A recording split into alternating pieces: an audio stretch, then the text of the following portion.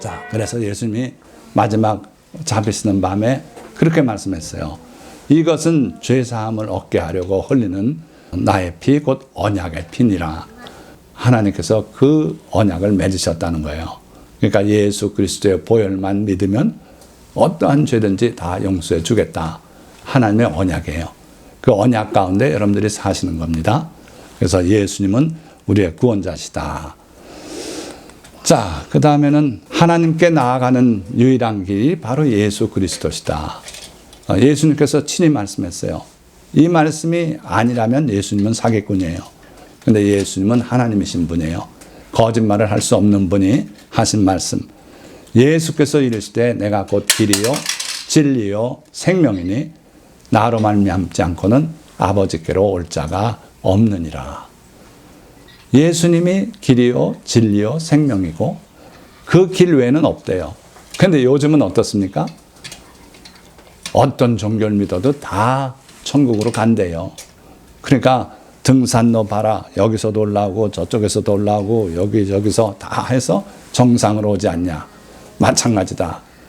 종교라는 게 그렇다. 기독교든 불교든 다 어떤 종교를 믿든지 천국에서 만나게 돼 있다. 이런 얘기를 하는 게 바로 종교다원주의예요. 사탄의 거짓말입니다. 예수님은 분명히 나 외에는 다른 길이 없다 그랬어요. 그래서 전도를 해야 돼요. 예수님을 믿지 못하고 다 지옥 가는데 어떻게 합니까? 복음을 빨리 전해야죠. 그렇죠? 근데 지금 세상이 그렇게 이상하게 돌아가고 있어요. 자, 그래서 예수님께서 주신 경고 말씀 하나만 또 전할게요. 인자가 올 때에 세상에서 믿음을 보겠느냐. 예수님의 탄식이에요. 무슨 얘기입니까? 예수님이 다시 오실 그 마지막 때에는 이 세상에 교인들은 많고 여러 종교를 믿는 사람 드글드글 하지만 진짜 믿음은 볼 수 없게 된다 하는 거예요. 이 마지막 때에 정말 믿음이 점점 없어지는 것 같아요. 우리가 코로나로 한 3년 고생했지만 이러다 보니까 교회 안 나가기 시작하고 많은 교회가 문 닫았어요. 개척교회 수준의 교회들이 대거 몰락하고 있어요. 왜냐하면요. 안 나가도 되네. 이렇게 해도 되네. TV 보니까 더 좋은 설교가 많으네. 그리고 개척교회 같은데 아예 헌금도 안 하고 이런 식이 됐어요. 그리고 참 믿음을 보기 어려운 시대가 됐다. 마지막 때가 그렇다. 그래서요, 여러분들 예수님께서 마지막 날이 어떻겠는가? 시집 가고 장가 가는 그런 날이 된다. 그건 언젠 시집 가고 장가 가고 안 했습니까? 해야죠. 그런데 여기에 시집 가고 장가 한다는 뜻은 시집 가고 장가 가고 이혼하고 재혼하고 결혼하고 또 뭐 하고 그게 많아요. 그리고 성적 자기결정권이라면서 뜻이 맞아서 성관계라면 상관없다든지 말이 안 되는 얘기를 해요. 그런데 지금 그것이 사회의 주류로 흘러가고 있어요. 그래서 우리가 사는 이 시대는 참으로 타락한 시대다. 성소수자, 마하리 성소수자지 하나님의 계명에는 돌로 쳐 죽이라 그랬어요. 남색이라 그래요. 그런 일들을 버젓이하고 권리를 주장하고 그리고 국가가 후원하고 이런 시대가 된 거예요. 그러니까 마지막 우리가 사는 시대는 믿음을 보기 어려운 시대다. 종교다원주의가 팽배합니다. 이번에 지원하기 위한 기관들을 제가 많이 연구를 했어요. 우리 기독교 계통에서 제일 유명한 자선단체가 뭔지 아십니까?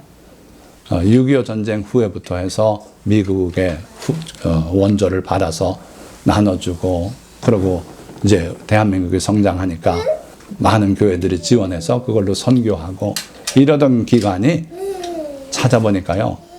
선교 안 한대요. 교회 안 세운대요. 복음 전파 안 한대요. 다른 종교와 협력해서 그 가난한 자를 구제하는 그 일을 한대요. 너무 놀랐어요. 그걸 버젓이 이렇게 홈페이지에 올려놨어요. 그래요. 참 이상한 시대가 된 거죠. 자, 이제 성령 네 단락을 봤는데 이제 세 번째 단락. 성령은 하나님의 영이세요. 성령을 오해하는 분들이 많습니다. 그래서 성령을 전기자동차의 배터리 정도로 생각하는 분들이 있어요. 그렇지 않습니다. 성령은 하나님의 영이시고 하나님이신 분이에요.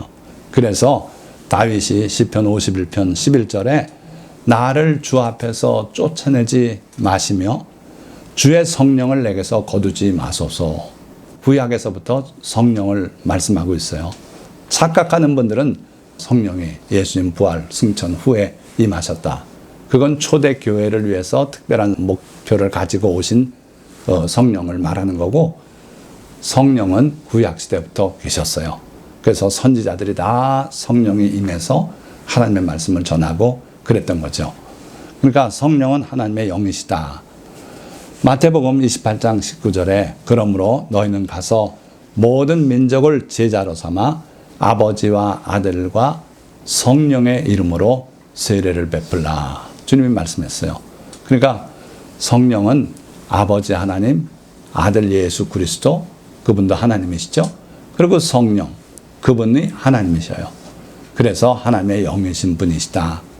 그걸 분명히 알아야 돼요. 왜 제가 이 말씀 드리냐면 여러분들하고 실제로 무관한 것 같아도 많은 그 이단자들이 있어요.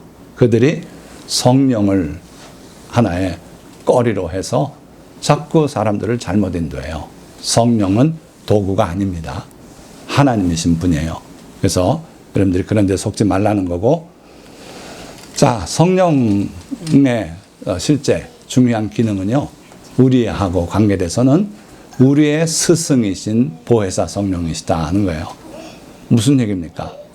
목사가 많은 설교를 해서 여러분들을 바른 길로 인도하려고 애쓰지요. 그러나 소리 없이 여러분들 영혼에 와서 역사하시는 분은 보혜사 성령님이세요.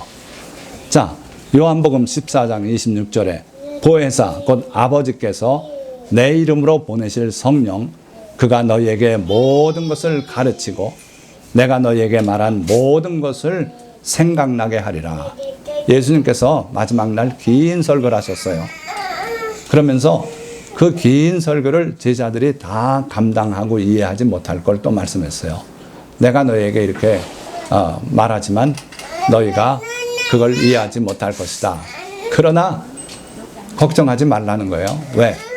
보혜사 성령이 오실 것이고 그가 내가 너희에게 말한 모든 것을 생각나게 하시리라. 그리고 너희를 진리 가운데로 인도하시리라.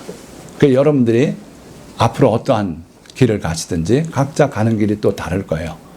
걱정하지 말 것은 보혜사 성령님이 여러분들을 천국에 이르는 그 순간까지 함께 하시고 가르치시고 어느 길이 바른 길인지 인도하시고 그렇게 하시겠다는 거예요.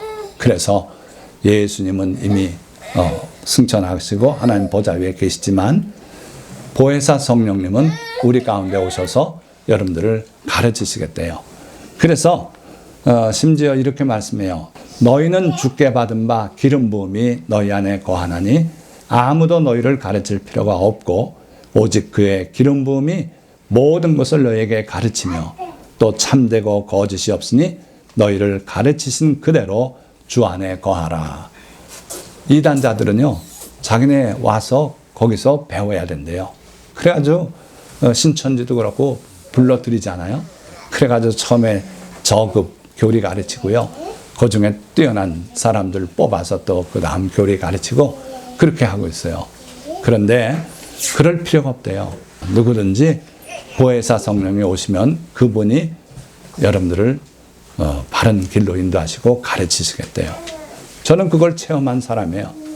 이해가 안 되는 성경이 있으면 성령님께 기도로 여쭤요. 신기하게 깨닫게 하시는 일들이 참 많아요. 여러분들 마찬가지예요. 하나님께서 약속하신 거예요. 그래서 보혜사 성령님, 제가 이게 도대체 무슨 말인지 모르는데 깨닫게 좀 해주십시오. 그러면 여러분들에게 깨닫게 해주신대도요. 그런 여러분들의 신앙생활이 되시기를 주님의 이름으로 축원드립니다. 자, 마지막 단락. 성도의 마땅한 삶. 자, 하나님이 여러분들을 사랑하시고 여러분들의 목자가 되시고 다 인도하시고 하시겠다 그랬지만 여러분들이 어떤 자세로 살아가야 할지가 또 성경이 분명히 가르치고 있어요. 예수님께서 이 땅에 오셔서 가장 소상하게 우리들이 어떻게 살아야 할지를 가르친 부분이 있는데 어디입니까? 성경에서 예수님의 가르침을 우리를 위한 가르침, 그걸 가장 소상하게 일르신 부분, 산상수훈이라 그러죠. 예수님께서 산에 올라가 앉으시니 제자들이 나온지라 입을 열어 가르쳐 가라사대. 옛날 성경은 그래요. 어쨌든 마태복음 5장에서 7장까지가 산상수훈인데 그게 성도들이 어떻게 살아야 할지가 가장 소상하게 기록된 그 복음서예요. 그래서 여러분들 꼭 기억하시고 마태복음 5장에서 7장까지 자주 읽으시고 그 말씀대로 실천하시기 바랍니다.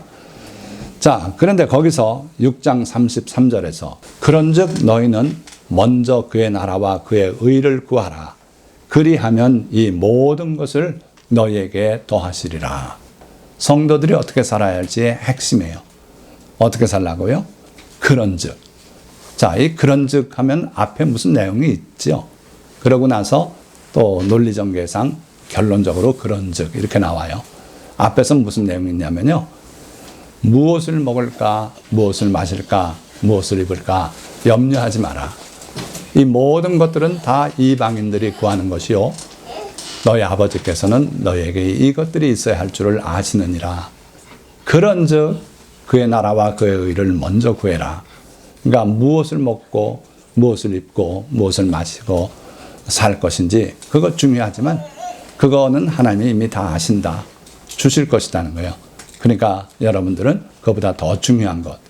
그의 나라, 하나님의 나라를 위해서 내가 할 일이 뭔가 그걸 더 염려하고 그걸 추구하고 살고 또 그 다음에 그의 의를 구하라 그랬어요. 저는 이걸 소홀히 했어요. 그냥 하나님의 나라를 위해서 더 신경 쓰고 살라. 그것까지는 염두에 두고 했는데 그 뒷부분 그의 의를 구하라는 걸 별로 신경을 안 썼어요. 그런데 그의 의를 구하는 건 뭡니까? 하나님께서 내가 거룩하니 너희도 거룩하라 명령하셨어요. 하나님의 거룩하심처럼 우리가 어떻게 거룩할 수 있습니까? 그런데도 해보라 이거예요. 그러면 우리가 점점 하나님처럼 거룩의 단계가 높아질 수 있다는 거예요. 그렇게 살아라는 거예요. 그러니까 성도들은 우리는 뭐 육신을 쓰고 있어서 마음은 원이로되 육신이 약해서 이러면서 핑계대지 말고 하나님의 거룩하신 만큼 너희도 거룩하도록 그걸 추구하며 살아라. 자, 여기서 그걸 구하라 그랬죠. 구하라고. 구한다는 건 많은 경우에 기도로 하나님께 이걸 주십시오. 이렇게 구하는 걸로 알죠. 근데 이거는 그런 뜻이 아니라 추구하고 살아라는 거예요. 그러니까 하나님 보고 뭐 이거 주십시오, 저거 주십시오가 아니라 내 자신이 그걸 추구하고 살아라. 그러면 이 모든 걸 너에게 더해주겠다. 꼭 기억하세요. 여러분들이 다른 것보다도 뭐 직장생활 하지 말라는 거 아닙니다. 늘 직장생활하고 애쓰고 노력하고 사업도 하고 하는데 그거보다 먼저 주님의 나라를 더 먼저 생각하고 그리고 주님의 거룩하심에 가깝게 나도 거룩하게 살려고 그렇게 추구하고 살아라. 그래야만 이 모든 것을 더해 주시겠다. 자, 그러면서 이건 경고라고 봐도 돼요. 예수 믿는다고 다 천국 가냐? 그렇지 않다는 거예요. 진심으로 믿음 가지요. 그러나 나더러 주여 주여 하는 자마다 다 천국에 들어가는 거 아니다. 다만 하늘에 계신 내 아버지의 뜻대로 행하는 자라야 들어가리라. 이걸 또 기억하시기 바라요. 그러니까 교회 장로고 집사고 권사고 이걸로 천국 가는 건 아니다. 오죽하면 주여 주여 하면서 주님을 자주 부르고 그래요. 대단한 것 같은데 그러나 아버지의 뜻대로 살지 않으면 다 소용없다. 하나님의 뜻대로 살라는 거예요. 하나님의 뜻이 뭡니까? 하나님의 뜻대로 살라는데 하나님의 뜻이 하나님의 말씀에 담겨 있어요. 그래서 여러분들이 성경 말씀을 자주 읽어야 돼요. 모세를 통해서 율법을 주실 때 너희 가운데 왕을 너희가 혹시 세우면 그 왕은 반드시 성경을 복사해서 자기 옆에 두고 자주 읽어라. 그래야 그 마음이 교만해지지 않을 것이다. 그렇게 일러주셨어요. 여러분들 마찬가지예요. 성경을 늘 자주 읽어야 진리가 여러분들 속에 심어지고 보혜사 성령님께서 그걸 바탕으로 역사하시고 이렇게 된다는 거예요. 자, 그 다음에 성도의 삶과 율법은 무슨 관계가 있는가? 많은 그리스도인들이 율법은 예수님이 십자가에 못 박힐 때 다 함께 못 박혀 없어졌대요. 율법이 다 못 박혔대요. 율법이 뭔데 못을 박힙니까? 예수님은 뭐라 하셨었어요? 산상수훈에서 내가 율법이나 선지자나 폐하러 온 줄로 생각지 마라. 폐하러 온 것이 아니고 온전케 하려 왔다. 자, 그것도 번역을 미스한 거예요. 잘못한 거예요. 율법이 뭐가 흠이 많고 실수가 많고 그래서 온전하게 만들어야 합니까? 불완전한 걸? 그거 아니에요. 원어를 보면 성취하러 왔다. 이런 뜻이에요. 그런데 왜 굳이 거기에서만 그걸 온전케 하려 합니다. 이렇게 말을 바꿨는지 모르겠어요. 그건 율법은 폐지됐다고 믿는, 굳게 믿는 사람들 때문에 그렇게 한 것 같아요. 율법은 폐지되지 않아요. 율법의 말씀 중에 예를 들어 10계명 내 부모를 공경하라. 제가 부르는 내용 중에 이의가 있으면 즉각 손드세요. 살인하지 마라. 간음하지 마라. 도둑질하지 마라. 거짓 증거하지 마라. 탐내지 마라. 내 이웃의 아내나 집이나 남종이나 여종이나 소나 양이나 탐내지 마라. 자, 이게 10계명 중에 앞에 4가지 하나님을 위한 계명 빼고 나머지 인간끼리의 삶에서 지켜야 될 계명인데 율법이죠. 뭐가 잘못됐습니까? 이거 지극히 잘못돼서 현대인에게는 이건 말이 안 됩니다. 그런 내용이 있습니까? 살인 좀 해야 됩니까? 한 7명까지 해야 됩니까? 아니잖아요. 그러니까 하나님의 이 계명 말씀은요. 천지가 없어질지언정 그 1.1획도 떨어질 수 없는 게 바로 하나님의 계명이고 율법이라는 거예요. 쉽게 말하면 하나님의 율법 말씀은요. 교통법규와 같아요. 교통법규, 난 그거 싫어. 뭔 스쿨 전에 30km가 말이 돼? 나는 차가 좋아서 애가 지나가면 이놈이 자동으로 서. 그러니까 한 40km까지는 괜찮아. 그렇게 생각하고 자기 마음대로 40km 다니면 됩니까? 아니단 말이에요.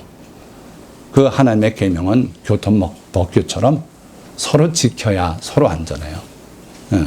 그걸 착각해서 율법을 원수처럼 여기는 분들이 많아요. 왜? 사도 바울이 이방의 복음을 전하다 보니까 그들에게 율법 가지고 얘기하면 안 먹히니까 자꾸 율법 말고 은혜다 이렇게 강조하다 보니까 우리 기독교가 조금 삐딱하게 나갔어요. 예수님의 가르침과는. 그러나 다시 돌아보니까 예수님의 가르침이 옳다. 그러니까 하나님의 율법은 1.1획도 떨어지지 않는구나. 그래서 예수님이 하신 말씀은요. 이 율법 중에 지극히 작은 거 하나라도 버리고 그같이 가르치는 자는 천국에서 천국 못 가는 거 아니에요. 천국에서 지극히 작다 일컬음을 받겠다 그러셨어요. 그러나 그 지극히 작은 계명 하나라도 지키고 그같이 가르치는 자는 천국에서 크다 일컬음을 받겠다.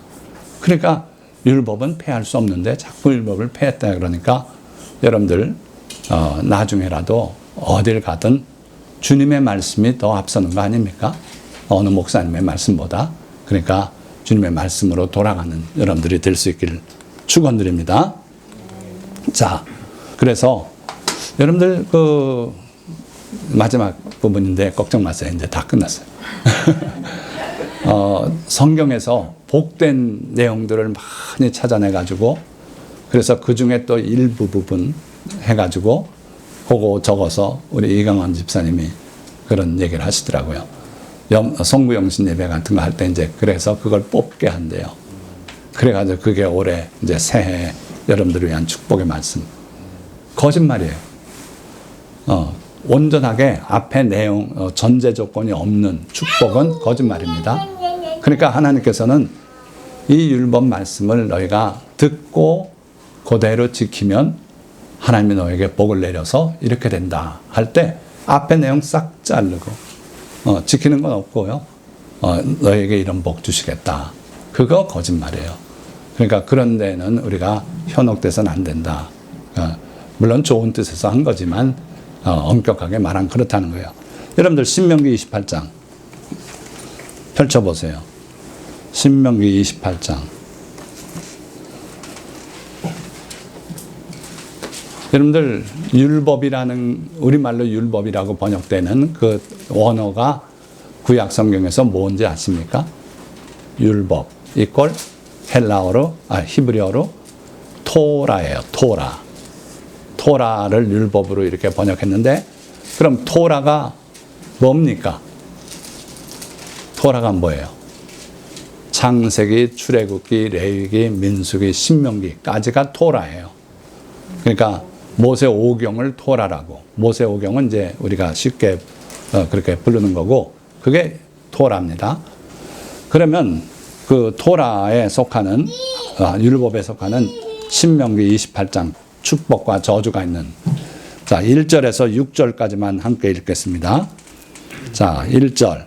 내가 내 하나님 여호와의 말씀을 삼가 듣고 내가 오늘 내게 명령하는 그의 모든 명령을 지켜 행하면 내 하나님 여호와께서 너를 세계 모든 민족 위에 뛰어나게 하실 것이라.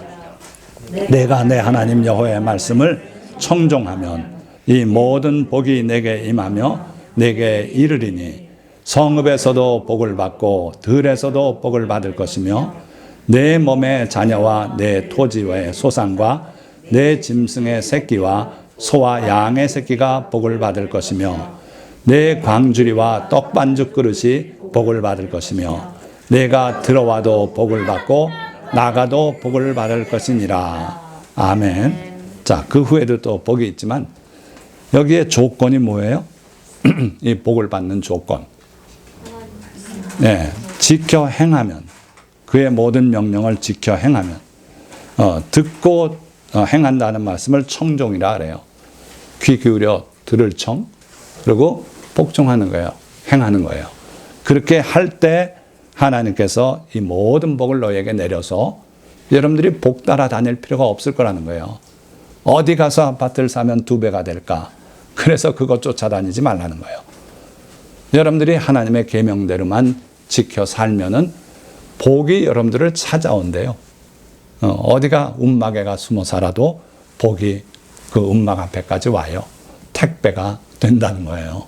그래서 하나님의 말씀은 분명히 이 조건, 이것만 여러분들이 만족시킬 수 있길 바랍니다. 그래야 복이 온다는 걸 기억하시기 바라요.